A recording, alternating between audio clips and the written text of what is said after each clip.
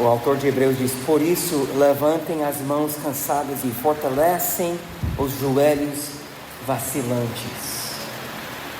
E nós queremos olhar o exemplo de Moisés hoje, em que ele sentiu a mão pesada de Deus, castigando ele de forma forte, mas ele perseverou. E nisto nós queremos levantar mãos cansadas, fortalecer joelhos vacilantes. Pronto. Vamos fazer um breve resumo. Já estamos agora fechando mais de 6 semanas no livro de Êxodo. Lembrando um pouco do que nós temos visto nas últimas semanas, Deus ouviu o clamor do seu povo no Egito. Ele vai libertar os hebreus da sua escravidão. Ele vai levá-los à terra que emana leite e mel, cumprindo a sua promessa. Mas ele vai fazer isso de acordo com seus próprios propósitos. Deus vai agir não segundo os planos de Moisés, mas segundo os seus próprios planos. Deus é soberano. Nós cantamos hoje. Ele vai cumprir seus propósitos segundo os seus próprios planos. Moisés já tentou por suas próprias mãos. Pelo menos observamos Êxodo 2 que Moisés era bem ambicioso, mas em vez de libertar os hebreus, Moisés fez o quê? Fugiu, correu, ou seja, ele libertou a si mesmo e deixou seus irmãos escravos no Egito. Admiramos a liderança de Moisés. Em Êxodo 2, ele não lidera ninguém, ele só foge. O problema é mais grave ainda para Moisés, não somente que ele abandonou seus irmãos, mas olha capítulo 2, verso 19, ele fugiu do Egito como um egípcio e não como um hebreu. Quando as filhas de Jetrô o encontraram, falaram para seu pai que ele era um egípcio, isto é, capítulo 2, versículo 19. E elas iriam saber diferenciar entre um hebreu e um egípcio, especialmente como Moisés, que era um hebreu que cresceu como filho de Faraó? Eu não sei, talvez não. Mas também eu duvido se para Moisés também não era tudo bem assim. Melhor era para ele ser conhecido por um egípcio do que por um hebreu. Então, nós não podemos dizer com certeza, e eu não posso dizer de fato que é assim, mas parece conveniente para ele. Talvez seria perigoso para ele se identificar como um hebreu. Afinal, seus irmãos eram escravos.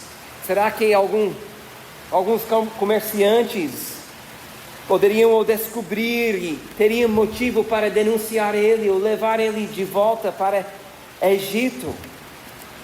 Parece que Midian, onde ele fugiu, era um bom lugar para se esconder, para mudar de identidade.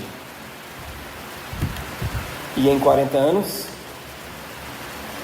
já esquecemos muita coisa,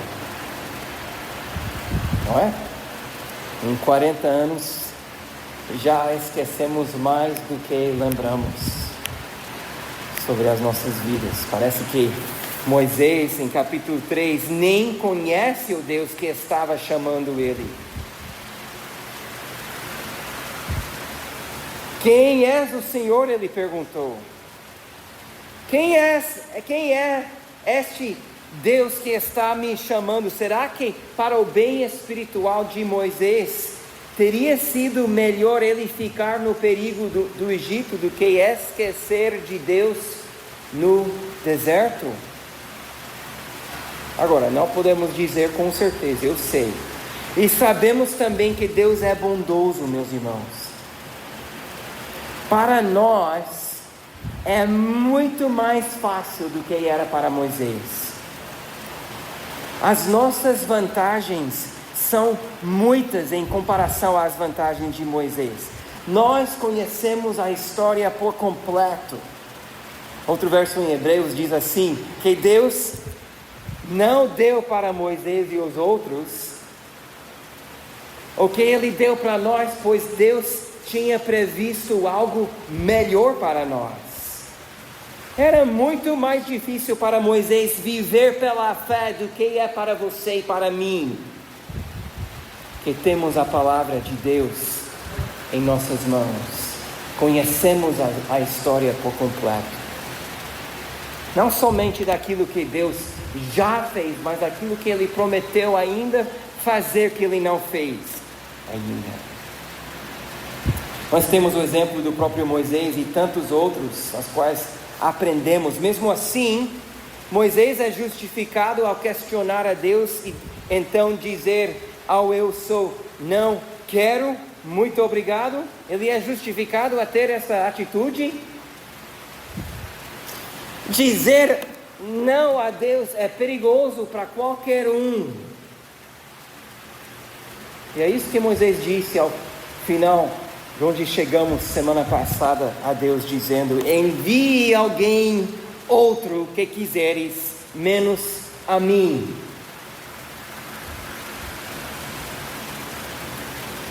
Nós temos não somente o exemplo de Moisés, amados, temos também as Escrituras. Salmo 14 diz que dizer não a Deus é insensatez. É insensato você dizer não a Deus. Nunca é seguro achar que podemos saber melhor de Deus do que Deus sabe sobre as nossas vidas. Isto é péssimo para nós. E uma lição que aprendemos da palavra de Deus é não podemos sentir bem dizendo, Deus, eu sei melhor do que o Senhor sobre minha vida. Agora chegamos em versículo 18, onde vemos de imediato a palavra de Deus diz assim, Êxodo 4, 18. Moisés voltou para Jetrô, seu sogro, e lhe disse, deixa-me voltar aos meus irmãos que estão no Egito para ver se ainda vivem. Jetrô respondeu, vá em paz. Então Moisés pediu permissão. Ele é não só genro de Jetrô, ele é também empregado. Então isso está certíssimo ele fazer assim. E quando a gente está fazendo que nem eu estou fazendo aqui, temos que ter cuidado, pois a Bíblia nos fala o que aconteceu, nem sempre nos fala por que aconteceu. Mas não podemos dizer que Moisés mentiu para seu sogro em verso 18. Não podemos dizer isso. Ele sabia que sua família vivia. Deus, pouco tempo antes, especialmente no relato aqui em Êxodo 4, já falou para ele que seu irmão Arão viria ao seu encontro. Qual é o problema que tem em dizer a verdade ao seu sogro? Em alguns meses deste momento, no percorrer desta história, em alguns meses, Moisés estará de volta nessa mesma região e Deus vai dar para ele o 9º mandamento: não dê falso testemunho. Sabe por que nós mentimos? Sabe por que você mente quando você está tentado a mentir? É a mesma razão, eu acredito, pela qual Moisés sentiu a necessidade de mentir sobre seu motivo real de voltar para o Egito. Ele está buscando seus próprios interesses. Está olhando para si. Então ele precisa ainda disfarçar. Agora verso 19. Verso 19, o Senhor disse a Moisés em Midian: volte para o Egito, porque já morreram todos os que queriam matar você. Então Moisés tomou a mulher e os filhos, fez com que montassem num jumento e voltou para a terra do Egito. Moisés levava na mão o bordão de Deus. O Senhor disse a Moisés: quando você voltar ao Egito, trate de fazer diante de Faraó todos os milagres que pus em sua mão. Mas eu vou endurecer o coração de Faraó para que não deixe o povo ir. Verso 22. Diga a Faraó: assim diz o Senhor, Israel, meu filho, meu primogênito. Israel é meu filho, meu primogênito. Verso 23. E eu digo a você: deixe o meu filho ir, para que me adore. Mas se você não quiser deixá-lo ir, eis que eu matarei seu filho, seu primogênito. Então Jeová disse para Moisés que chegou a hora. Algumas observações. Primeiro, Moisés tem que levar sua família inteira. Em instantes isso vai gerar conflito. Segundo, seu bordão é agora o bordão de Deus. Este é o mesmo bordão que, diante da sarça, ele tinha que jogar no chão, virou serpente, tinha que estender a mão, pegar de novo, voltou a ser bordão. Deus havia dito para Moisés neste primeiro momento, verso 2, que é seu bordão, Moisés. Agora lemos que é o bordão de Deus, e esta mudança não é pequena.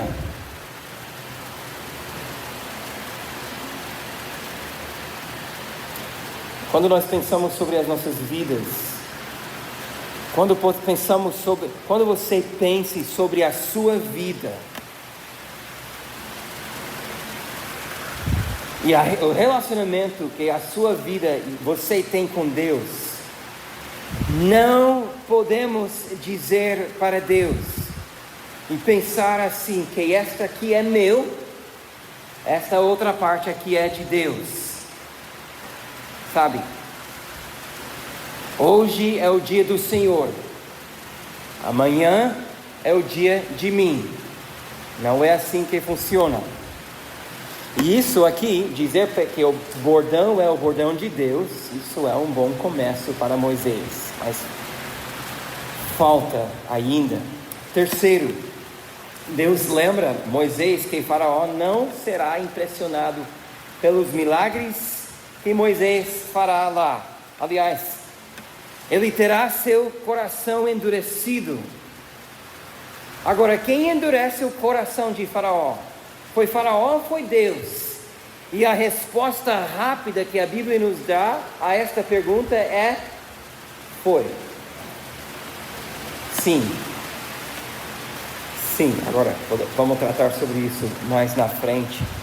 E estas informações que Deus deu para Moisés neste momento vai preparar Moisés por aquilo que acontece em capítulos 5 e 6. Quarto, Deus quer que Moisés bate de frente com a religião dos egípcios. Lembra o que falamos semana passada? Deus entrará numa disputa com Faraó por glória. Deus e Faraó disputando glória. E o papo aqui neste versículo sobre o primogênito é mais uma ressalva nesta disputa. Faraó se achava o primogênito dos deuses. Ele entendia que era o primogênito dos deuses. E seu filho também, que tomaria seu lugar, também. Mas Jeová diz para Moisés fala para Faraó que seus escravos são meu primogênito. E mais, Deus exige que Faraó deixe seus escravos saírem para adorar um outro Deus e não Faraó. É uma disputa religiosa. Estão comigo? Então faz assim para alegrar meu coração. Obrigado. É uma disputa religiosa por glória. E tudo isso, como já sabemos do final da história, vai acabar ruim para Faraó. Moisés recebe outro spoiler. Nós vimos o primeiro spoiler, verso 22, de capítulo 3. Ele recebe outro spoiler aqui, verso 23, que no final, o verdadeiro primogênito de Deus deixará Egito depois que Deus mata o primogênito do Egito. Agora, a linguagem do primogênito é importante ao longo da história da Bíblia. Ao longo da história da Bíblia, essa ideia vai sendo construído, ampliado. E aqui, embora hoje nós não temos tempo para desenvolver tudo isso, aqui é mais uma placa, digamos, que ajudará a gente receber e entender o Messias de Deus quando ele aparecer depois na história. É como se fosse um marcador de trilha para que entendamos melhor quem é de fato o Senhor Jesus Cristo.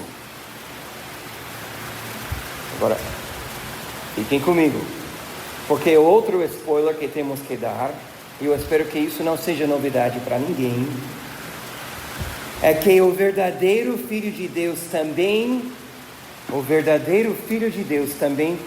deixará Egito, mas não para encontrar liberdade, mas sim para morrer no lugar dos pecadores.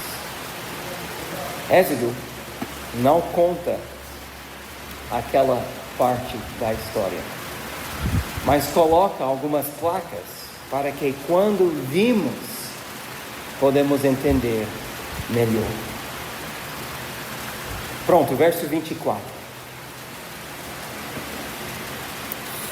Estando Moisés no caminho, numa estalagem, o Senhor encontrou e quis matá-lo.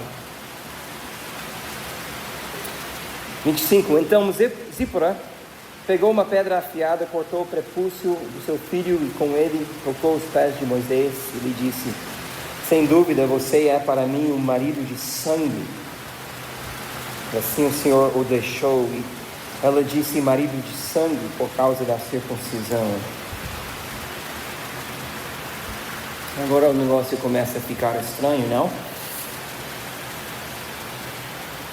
E assim, em alguns pontos, alguns ângulos, parece difícil entender. Esse Deus que acabou de chamar Moisés e agora ele está a caminho, de repente, parece do nada ele quer matar aquele que ele mesmo chamou. Qual o problema?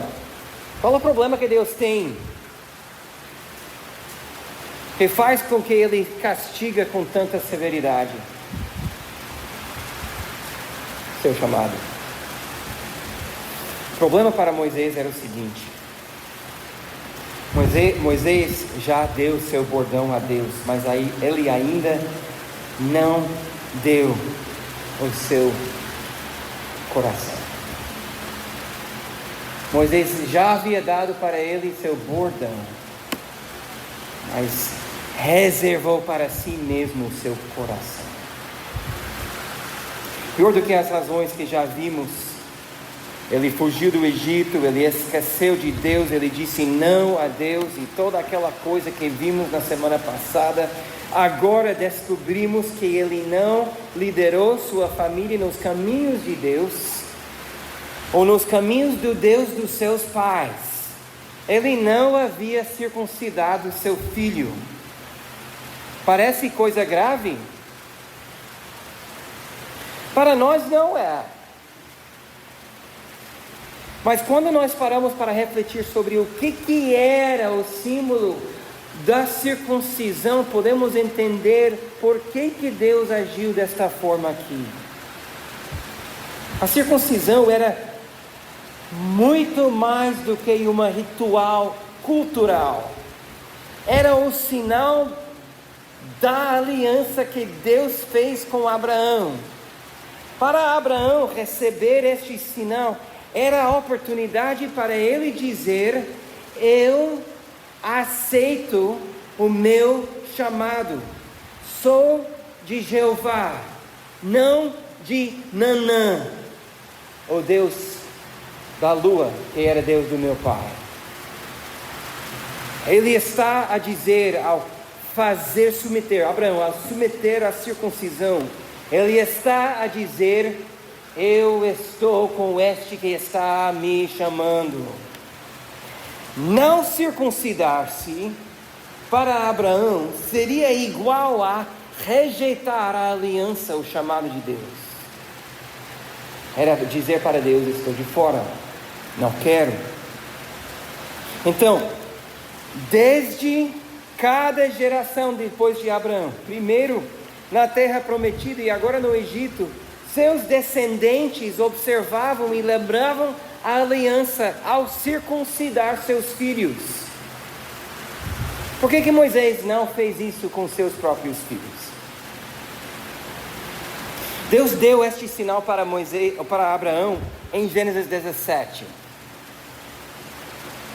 Então, seguem comigo por um pouco. O que acontece quando Abraão depois circuncidou Isaac, quando Isaac nasceu? Ele lembrou da promessa. E o que Isaac lembrou quando ele circuncidou seus filhos Esaú e Jacó? Ele lembrou da aliança. E o que Jacó lembrava quando ele circuncidou Rúben, Simeão, Levi, Judá e os demais? Lembrou da aliança. Na prática, lembrava cada geração da sua parte, da sua membresia na aliança que Deus havia feito com Abraão. Percebemos, ao não observar e circuncidar seus filhos, agora Moisés, 40 anos longe de Deus, longe do povo de Deus, estava vivendo em Midian, não como um filho de Abraão, mas como um filho de Egito. Será que é bom, saudável, viver desconsiderando as promessas de Deus? Não é. Não é. Quero dizer isso ainda mais forte, meus amados. É perigoso. É perigoso para ele desconsiderar ou desacreditar na promessa de Deus. Agora podemos pensar, talvez, Moisés era circuncidado, qual é o problema? Isso era exatamente o problema. Moisés não tivera escolha na sua própria circuncisão. Quando é que nós vamos ver se Moisés tinha fé? É quando ele obedece também, dá o sinal da aliança para seus filhos. Isto é o problema. Moisés desconsiderou, no mínimo, talvez desacreditou ou talvez até desprezou a aliança de Deus. Por isso, ele não levou sua família também a conhecer o Deus dos seus pais, como era sua responsabilidade. Agora, neste ponto, queremos ser cautelosos para não confundir o negócio. Ajuda-nos a lembrar a história. A aliança com Abraão acontece em Gênesis 15. Deus dá o sinal da circuncisão depois em Gênesis 17. E em Gênesis 15, naquele momento, Abraão creu no Senhor. E a Bíblia já disse para Abraão, ele creu no Senhor e Deus acreditou isso para ele como justiça. Isso foi antes dele ser circuncidado. Abraão já foi salvo pela fé. Gênesis 15, verso 6. Abraão creu no Senhor, isso lhe foi acreditado como justiça. Depois, Abraão vai ter que mostrar a sua fé, obedecendo a Deus, submetendo a circuncisão, quando já era velho, um senhor já bem avançado em idade. E é assim que funciona, amados, assim que funciona também conosco. É pela fé. Era para Abraão, é para nós também, para eu, para você também. Todos nós precisamos desta justiça que vem a nós pela fé, ou seja, uma justiça acreditada, como foi acreditado para Abraão. Nossa fé em Cristo faz isso. Mas a circuncisão vem como sinal somente 2 capítulos depois, em Gênesis 17. Por que o velhinho fez? O que faltou para Abraão provar a sua fé? Pense em tudo que ele tinha feito já antes daquele momento.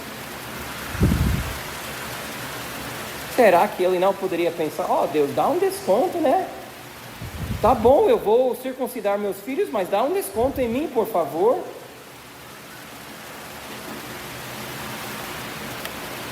Esse é o ponto, amados. Quem acredita, obedeça. Quem acredita, obedece. Não é?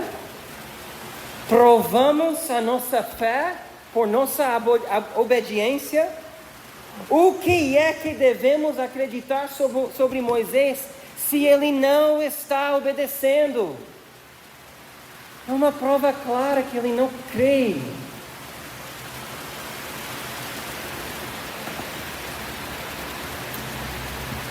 Quem acredita, obedece.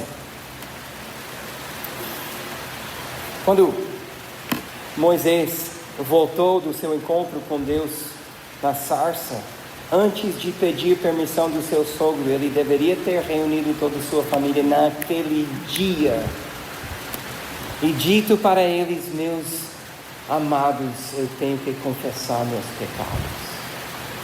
Eu errei com vocês e eu não levei vocês nos caminhos do Senhor. Mas hoje eu tive um encontro com Ele, e a partir de agora nós somos de Deus.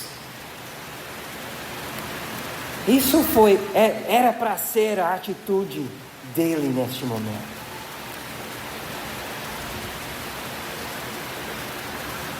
Que adianta dar para Deus o seu bordão se você não vai dar para Deus o seu coração?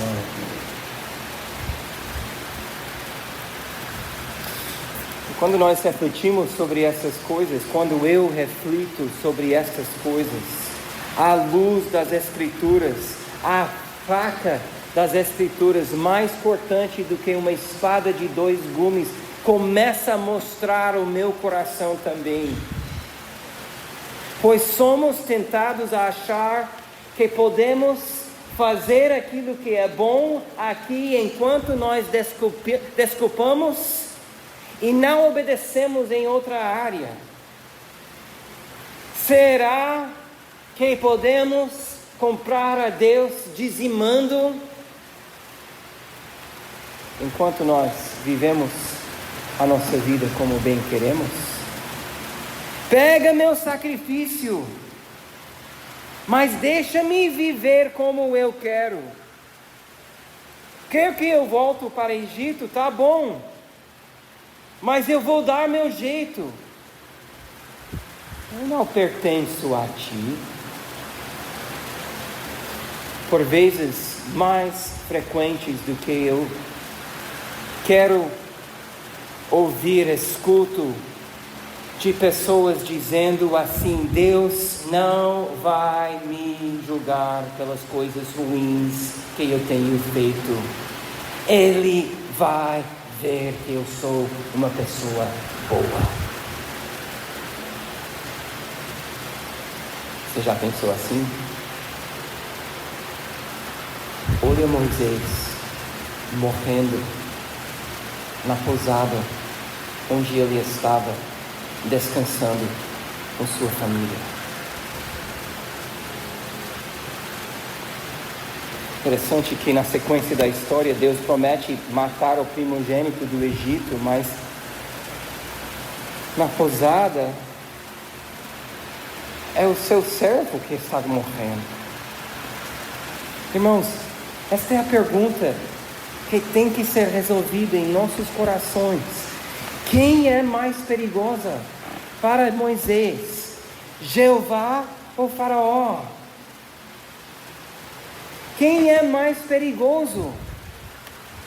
Moisés precisa temer quem?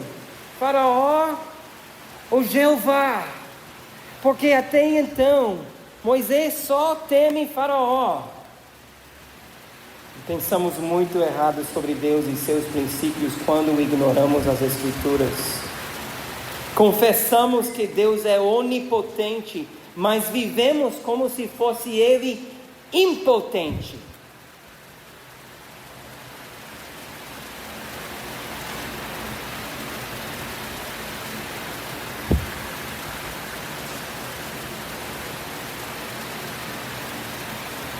Olha Moisés morrendo na pousada.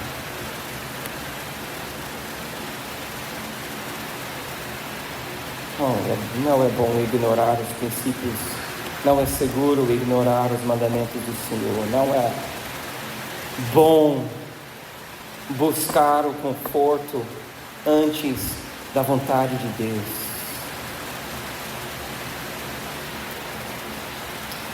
Talvez a fala de Jesus faz mais sentido na luz desta história.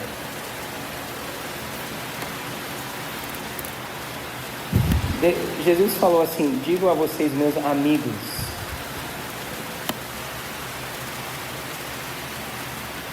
Ele não diz, digo a vocês, meus inimigos. Digo a vocês, meus amigos. Não temem os que matam o corpo e depois disso nada mais podem fazer. Eu, porém, vou mostrar a quem vocês devem temer. Temem aquele que depois de matar tem poder para lançar no inferno. Sim, digo que a esse vocês devem temer. Quando é que Moisés vai servir a Deus? Quando ele entende a questão doxológica, a questão que ele precisava responder em seu coração é a questão que nós também precisamos responder. Deus existe para me servir ou eu existo para servir a Deus?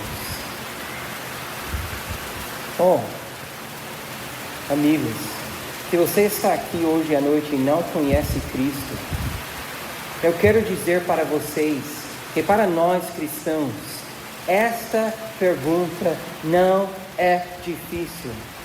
Deus não existe para nós.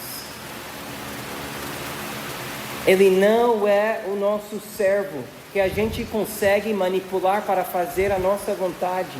Não, nós acreditamos que Ele merece o nosso serviço e é a nossa alegria dar as nossas vidas a Ele. Aliás, nós temos conhecido em Cristo Jesus não um Deus brabo que está ali para nos matar, mas um Deus amoroso, bondoso, gentil e gracioso, um Deus que perdoa, um Deus que nos chama a Ele, e a nossa alegria é dizer para Ele: nossas vidas são suas, pertencem a Ti. Nós não vemos mais os nossos dias, as nossas vidas, como se fossem nossos, para nós dizer a Deus: faz assim e assim assado comigo. Não, nós dizemos a Deus: é a sua vontade que nós queremos, não é a nossa vontade. Esta é a atitude de um cristão. E eu posso dizer para vocês, meus amigos, se você não conhece a Cristo hoje, ou se você tem caminhado longe dos passos, dos princípios do Senhor, você não vai encontrar naquele trilho, naquele caminho, a alegria, a satisfação, a esperança que Jesus nos dá. Não há outro igual a Ele. Deus existe para me servir, ou existo para servir a Deus. Como que você vai responder a isso? Pronto, isso nos leva a versículos 25 e 26, nós já lemos. Zípora salva o dia. A primeira parte é clara, ela reagiu na situação para fazer o que Moisés deveria ter feito e assim salvou a vida do seu marido. Esta parte eu acho que fica claro. Podemos entender que Moisés estava acamado, morrendo. Então por isso que ao fazer a cirurgia ela tocou os pés de Moisés, ele estava deitado. E Moisés tem sua saúde restaurada. O restante é mais difícil. Por que ela diz que Moisés é o marido de sangue? Moisés é o marido de sangue porque se ele tivesse morrido, ele deixaria ela viúva, destituída? Ou ele é marido de sangue porque a cerimônia sangrenta era para ele, Moisés, fazer, e ela, Zípora, tiver que lidar com todo este sangue? Ou ele é marido de sangue para ela porque, como ela não era hebreia, a circuncisão era um ritual nojento para ela? Eu não sei. Preciso estudar mais. Mas a parte clara, nós entendemos, ela agiu e salvou a vida do seu marido. Versículo 27. Então, o Senhor disse a Arão, vai encontrar-se com Moisés no deserto. Ele foi, encontrando-o no monte de Deus, o beijou. Moisés relatou a Arão todas as palavras do Senhor, mas com as quais o havia enviado, e todos os sinais que lhe havia mandado realizar. Então Moisés e Arão foram e reuniram todos os anciões dos filhos de Israel. Arão falou todas as palavras que o Senhor tinha dito a Moisés, e estes fez os sinais diante do povo. 31. O povo creu, e quando ouviram que o Senhor havia visitado os filhos de Israel e visto a aflição deles, inclinaram-se e adoraram. Então começa. Deus cumpriu a sua palavra, como ele havia dito em capítulo 2, versículos 23 a 25. Ele atentou-se para a situação dos seus filhos, atendeu o seu clamor, enviou aquele dotado com sua fala, com seus sinais, aquele que seria instrumento nas suas mãos. De primeiro, eles ficarão decepcionados. O que acontece quando não dá do jeito que esperamos? Isto é, capítulo 5. Mas antes eles adoram. E este é o resultado correto. A adoração do povo, ao ouvir a mensagem de Deus, ver os sinais que Deus enviou, é a resposta adequada. Exemplo que devemos seguir. Eles ouviram e adoraram. Então, estamos chegando onde precisamos chegar. Adoração. A questão doxológica da nossa vida. Em instantes nós estaremos cantando nosso último hino. Mas a realização do que Moisés passou deve ecoar em nossas vidas. Moisés sentiu a mão pesada de Deus o disciplinando. Para qual propósito? Qual finalidade? Irmãos, a correção do Senhor sempre tem como objetivo final a adoração pura e verdadeira. Moisés precisava ser quebrantado para que ele pudesse começar a temer mais a Deus do que a Faraó. Moisés precisava ser quebrantado para que ele pudesse entender ou temer mais a Deus do que Faraó.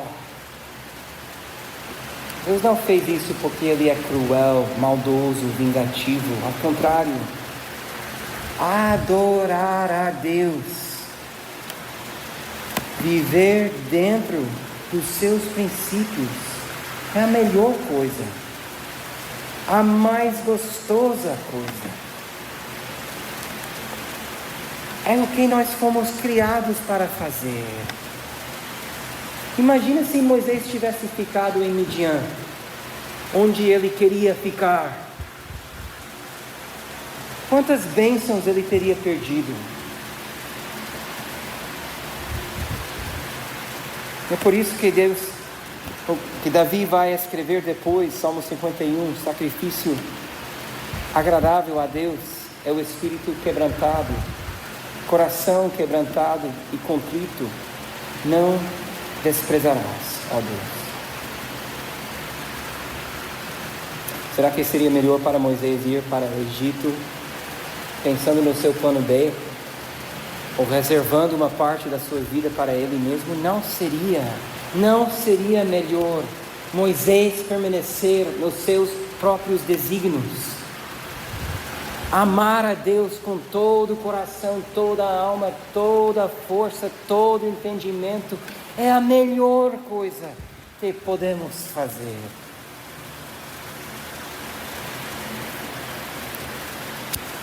Queremos ficar dando para Deus somente nosso cajado? Por vezes a mão de Deus pesa sobre nós também. Salmo 32 diz assim: enquanto calei os meus pecados, envelheceram os meus ossos pelos meus constantes gemidos, todo dia, porque a tua mão pesava dia e noite sobre mim, o meu vigor secou como no claro do verão. Que descrição, né? Que palavras vívidas. Será que não é uma bênção ser corrigido por Deus, castigado por Deus, para que aprendamos a viver não buscando os nossos próprios confortos? Por isso que o autor de Hebreus nos alerta para não endurecer nossos corações, para que arrependemos dos pecados enquanto há oportunidade. Será que vendo Moisés morrendo debaixo da poderosa mão de Deus não deve nos fazer também reparar, refletir? Afinal, somos filhos dele também. O filho é quem recebe a correção, porque o filho é amado. Davi continuou, Salmo 32, dizendo: confessei-te o meu pecado e a minha iniquidade, e não mais ocultei. Eu disse: confessarei ao Senhor as minhas transgressões, e tu perdoaste a iniquidade do meu pecado. Esta é a esperança que necessitamos. Irmão, Deus não existe para servir os seus interesses. Você existe para servir a Deus. Então vamos juntos lembrar desta lição, para que podemos aprender junto com Moisés, para o nosso bem, para a glória de Deus. Amém?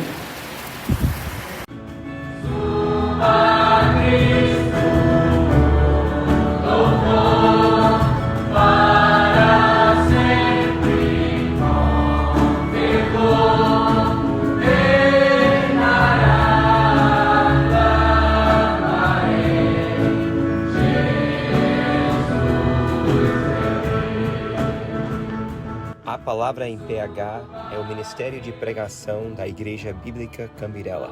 Nós reunimos todos os domingos às 18 horas na Palhoça, na Grande Florianópolis. Busque por Igreja Bíblica Cambirela no Google ou procura no Instagram @EBC Palhoca.